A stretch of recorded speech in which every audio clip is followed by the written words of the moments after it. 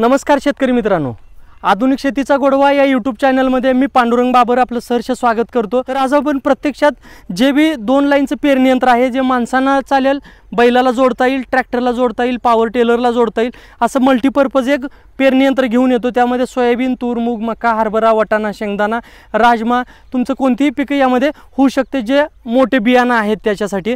तर आज आपण त्यांची ओळख करून घेऊया आणि पुढे माहितीला सुरुवात करूया। सर नमस्कार। नमस्कार। हां, आपली आमच्या शेतकरी बांधवांना ओळख करून द्या।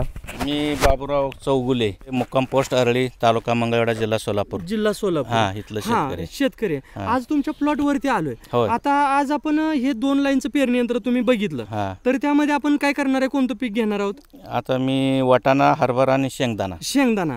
मग सध्या आपण यात शेंगदाणा भरलेला हां, आता हे तुम्ही बागेचं, तुमची डाळिंबीची बाग आहे। आता 2 लाईन मधलं अंतर किती बागेचं? 12 फूट आहे। 12 फूट आहे। आणि 12 फुटाच्या मध्ये तुम्ही 2 बेड आधी 2 बेड केले 4 फूट। हा, म्हणजे आंतरपीक यामध्ये तुम्ही शेंग्याचं घेणार आहे। हा, आता दुसरी गोष्ट, ओळीतलं अंतर शेंगासाठी किती ठेवणार आहे तुम्ही? 9 इंच बाय 6 इंच। हा, म्हणजे ओळीतलं अंतर 9 इंच आणि 2 शेंगदाण्याच्या बियातलं अंतर 6 इंच। म्हणजे हे पेरणी यंत्र आपण आता सध्या शेंगदाण्यासाठी वापरणार। हा, साधारण एका ठिकाणी किती बिया पडते? एका ठिकाणी एकच पडते। हा, म्हणजे आपण आता हे प्लॉट पेरलेला आहे किंवा आपण डेमो बघितला, बियाण्याची संख्या, क्वांटिटी, आणि क्वचित लहान बियाणं असेल तर डबल जाऊ शकतो।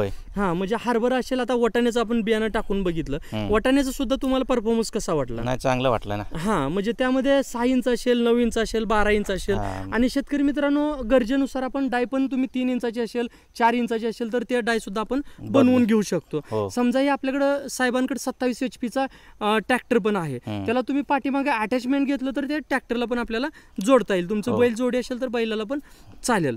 मग आता हे आपण तुम्ही बेडवरती शेंगदाणा पेरताय, तर त्याला पाण्याची सोय कशी केली आहे? ड्रिप न करणार आहे। हा, म्हणजे ड्रिपची लाईन मध्ये एक टाकलेली आहे, ड्रिप टाकलंय, त्या ड्रिप वाटे पाण्याची सोय केलेली आहे। म्हणजे पाण्याला सुद्धा कमी पाण्यात आपल्याला पीक घेता आलं पाहिजे। तर तुमच्याकडे मोठा ट्रॅक्टर असताना सुद्धा तुम्ही लहान पेरणी यंत्र कशासाठी घेतलं? नाही, यात ट्रॅक्टर बी चालू शकत नाही ना, आंतरपीक मध्ये ट्रॅक्टर चालू शकत नाही, आणि पेरणी यंत्र ट्रॅक्टरच्या बेडवरती चालू शकत, बेडवर पेरणी यंत्र बी चालू शकत नाही, आणि बेड ट्रॅक्टर चालवल्यामुळे बेडचं सगळं मग बेड खराब होऊन जाते। तर शेतकरी मित्रांनो, आम्ही थोडक्यात माहिती देण्याचा प्रयत्न केलाय। आता थोडंसं वडून आणि तुम्हाला फुटेज दाखवतो, आणि जर योग्य वाटलं तर दिलेल्या नंबरवरती संपर्क साधू शकता।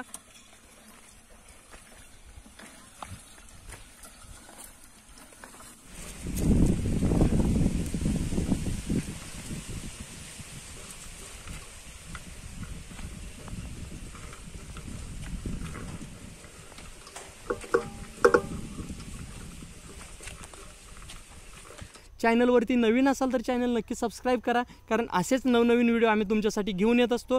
आणि सरांनी वेळेत वेळ काढून श्री संत दामाजी साखर कारखाना येतं अकाउंट विभागात आहेत, तरी त्यांनी पण आमच्यासाठी वेळ काढला। शेतात त्यांचे कामगार असतानाही त्यांनी स्वतः उभा राहिले, इथं थांबले, आणि सर वेळ काढून आम्हाला माहिती पण आमच्यासोबत चर्चा केली, त्याबद्दल धन्यवाद। धन्यवाद। शेतकरी मित्रांनो, व्हिडिओ पूर्ण पाहिल्याबद्दल धन्यवाद।